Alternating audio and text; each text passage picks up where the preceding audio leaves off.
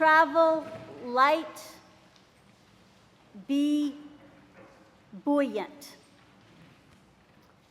It's that time of the year when we have along the coast, swimmers will see signs of warning for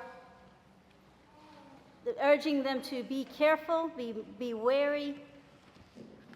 Why do swimmers need to be careful, especially with a disturbance like the one we've had the last day or so? Because of rip tides or rip currents. Swimmers are always this time of year, swimmers are told to be careful, to be mindful. And so what is a rip tide? You know what it is. A rip current, there's strong currents that cross over each other. It's a current that's moving offshore, caused by the tide that's pulling along the shore. And so a current such as this, a rip current, can pull a swimmer away from the shore. And then what is the human instinct is to try to swim against it. And that's the last thing, the most dangerous thing that one can do. So we're taught that if you're caught in a rip tide, that you're to, number one, don't fight the current. Don't fight the current. Swim parallel to the shore. Or, if that's a struggle, then you simply do what? You tread water. Joe. This is kind of you want to answer, don't you? You tread water, you float, or maybe issue a correction. You can do that afterwards. You tread water or float. You just float and wait it out. Wait it out. It goes against everything that we might think we're supposed to do, right? But we wait it out. In other words, be buoyant. Buoyant. Now, you know the meaning of the word buoyant, don't you? It's from which we get the term buoy, afloat. So, buoyant means able to stay afloat. Able to stay afloat.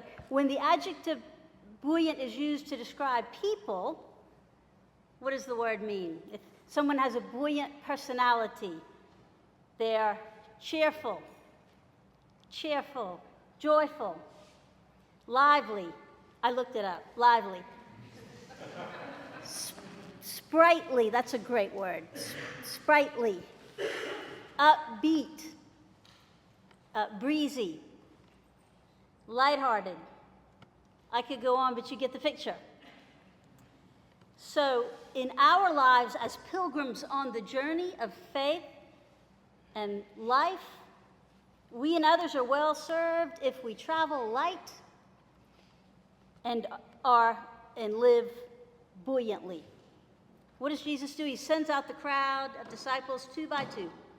He instructs them to travel light, taking only what they need, no purse, no bag, no sandals. Depend on the kindness of strangers, but don't demand it. If it's not offered, just keep on your way.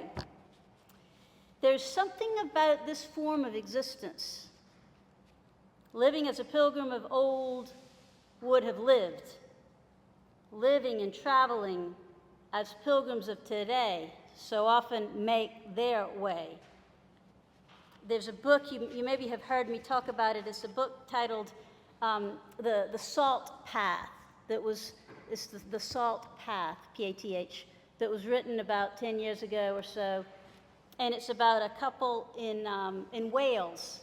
And they have worked for 20 years creating their dream home, their dream property. They have a farm, they have sheep and animals. And they sadly encounter or suffer a financial reversal, and they're swindled out of or scammed out of some money, most of their money, and so they find themselves out on the street. And then at the same time, the man is diagnosed with a fatal autoimmune disease. And so there's no money, and one of them very sick.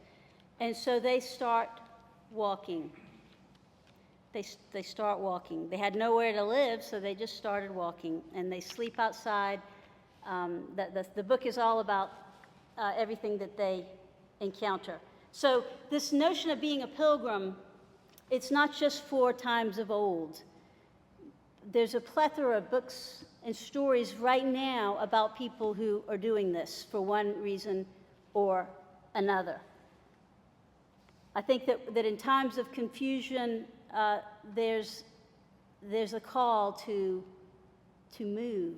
The old spiritual that was from John's Island, you got to move. You got to move, keeping movement being key to life. So listen to this very short prayer for pilgrims that's found in a church in France along the famous Camino to Santiago. Pilgrim, visitor, friend, feel welcomed in this place where God lives. If you are believing, pray. If you are searching, reflect. If you are doubting, ask for a light. If you are suffering, ask for strength. If you are full of joy, be filled with gratitude. May your stay in this sanctuary awaken new strength in you and continue to enkindle your heart. Travel light. Be buoyant. Our Psalm of David this morning has that famous line, weeping may endure the night, but joy cometh in the morning. Now, on Tuesdays, as you know, we have a Eucharist at noon. It's followed by a luncheon, and it's our neighbors from the Johns Island Rural Housing. And so whenever I say that line at that service, all I have to say is, weeping may endure the night. I can't even get the words out of my mouth before the answer, but joy cometh in the morning. And that is to say that those who mourn will find comfort. Those who face unthinkable tragedies, and the world seems to be abounding in them right now, especially the reports from Texas. Those who face unthinkable tragedies will see the sun again. The God who has brought you this far is not going to leave you now. No matter what, not even death will have the last word. And that's why this is a psalm of thanksgiving. And listen to Eugene Peterson, Presbyterian minister, to his translation of just part of Psalm 30. In his words, I give you all the credit, God. God, my God, I yelled for help, and you put me together. You pulled me out of the grave. All you saints, sing your hearts out to God. Thank him to his face. He gets angry once in a while, but across a lifetime, there is only love. Love. The nights of crying your eyes out give way to days of laughter. You changed wild lament into whirling dance. You ripped off my black mourning band and decked me with wildflowers. I'm about to burst with song. I can't keep quiet about you. God, my God, I cannot thank you enough. God, my God, I cannot thank you enough. Travel light, be buoyant. Amen.